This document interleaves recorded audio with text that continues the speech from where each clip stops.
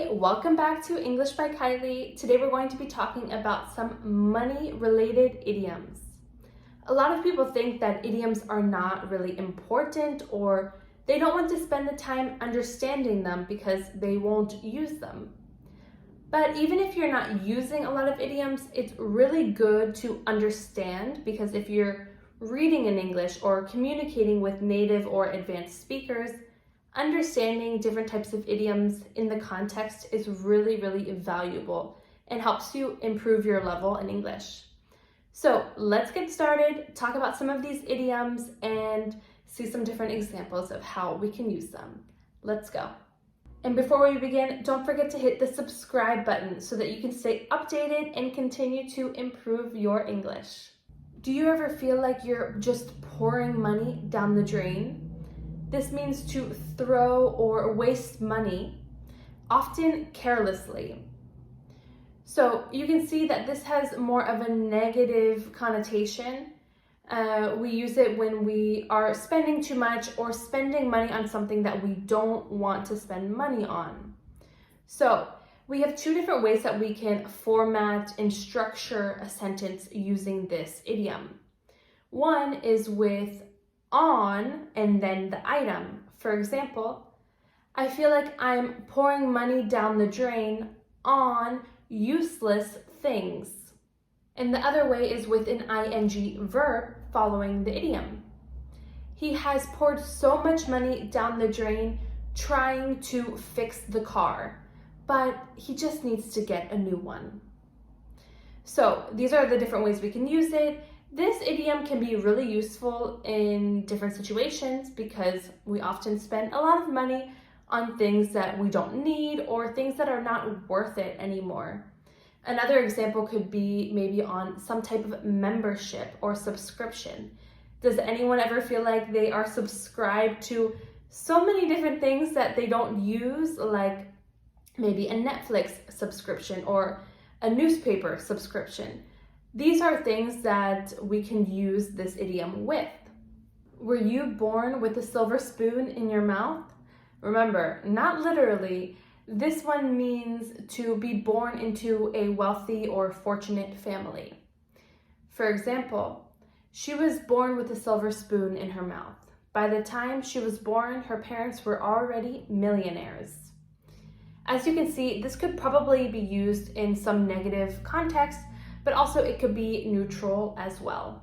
It's on the house, don't worry. This means that something is free for a customer. So you would often hear this in restaurants or stores or places of business. So for example, let's say you're at a restaurant and you ordered something and what you got wasn't what you expected. The manager might apologize and say, please excuse the mistake. This meal will be on the house. I was a waitress for many years and this would happen very often. People would maybe complain about something that wasn't really our fault, or they weren't happy about something or waited a few minutes too long. And out of the courtesy of the restaurant and to help the customers, we would often give things on the house. Do you ever feel really good and you just don't know how to describe that feeling? You can say, I feel like $1,000,000. This means that you feel wonderful, you feel amazing. For example, I woke up today feeling like $1,000,000 and decided to just go on an adventure. Obviously, you can see this one is very positive and is used in a positive situation to say that we're feeling really good. Many children may not realize that money doesn't grow on trees. Money is limited.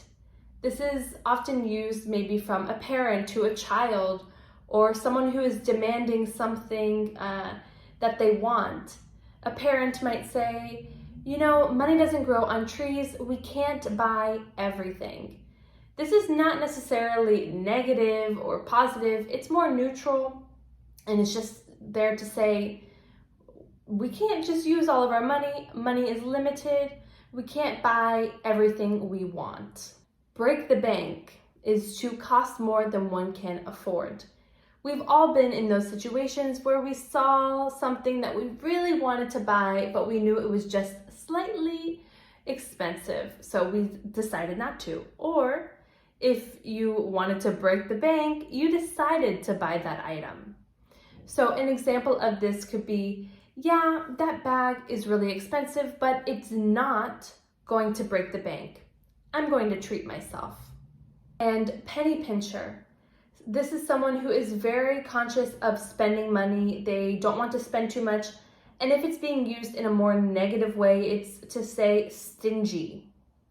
For example, he always brings his lunch to work because he's such a penny pincher. He doesn't want to spend money. He wants to save in any possible situation. And if we're using it more negatively, we can say, I really don't want to go out to dinner or lunch with them anymore. They are such penny pinchers and never want to pay their part. So, did you know all of these English idioms related to money already? Or is this the first time you've heard of them? Let me know in the comments, and if you want to practice, write some examples of different idioms in the comments. And don't forget to subscribe and like this video so that you can stay updated with more English tips. Thanks for watching. See you next time.